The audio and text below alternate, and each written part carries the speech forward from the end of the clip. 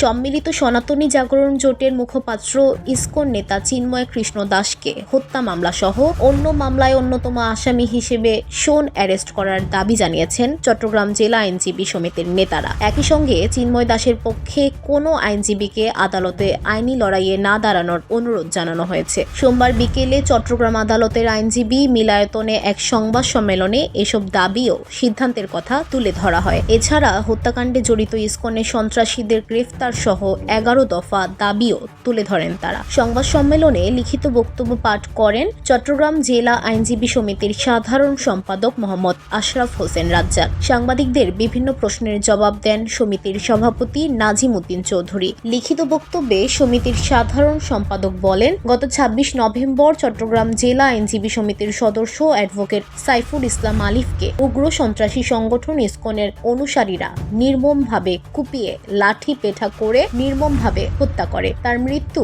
নিশ্চিত হওয়ার পরও তার প্রাণহীন দেহের ওপর পৈশাচিকভাবে আঘাত করতে থাকে। এমন নজিরবিহীন পৈশাচিক হত্যাকাণ্ড বিভিন্ন মিডিয়া ও আপনাদের মাধ্যমে সারা বিশ্ব ও বাংলাদেশের জনগণ অবলোকন করেন। বিশ্ববাসী স্তব্ধ, বাকরুদ্ধ ও হতবাক হয়ে যান।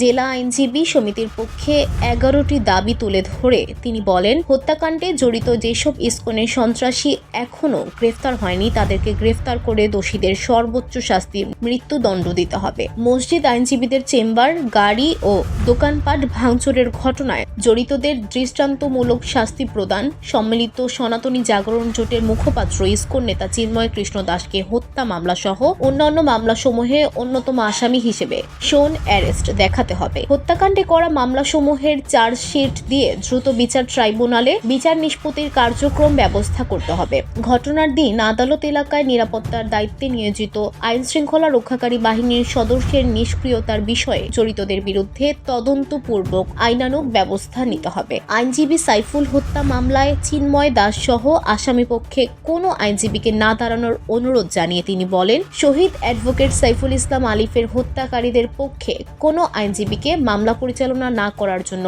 অনুরোধ জানাচ্ছি। চট্টগ্রাম জেলা আইনজীবী সমিতির সভাপতি অ্যাডভোকেট নাজিম উদ্দিন চৌধুরী বলেন, আমি তো বলিনি বাইরে থেকে আইনজীবী এনে ডিফেন্স করতে পারবে না, তবে হত্যা মামলার একটি নিয়ম আছে। হত্যা মামলার কোর্ট যখন চলবে তখন কোর্ট নিজেই একজন আইনজীবী নিয়োগ করবেন আসামি পক্ষে। এটাকে স্টেট ডিফেন্স বলে। যিনি মারা গেছেন তিনি আমাদের সমিতির সদস্য, তাই আমরা মনে করি তার রক্তের প্রতি শ্রদ্ধা জানানোর জন্য আসামি পক্ষে দাঁড়িয়ে কেউ আসামি নির্দোষ এটা যেন না বলে সেই অনুরোধ করছি, তবে আইনজীবী থাকবেন না এমনটা বলিনি।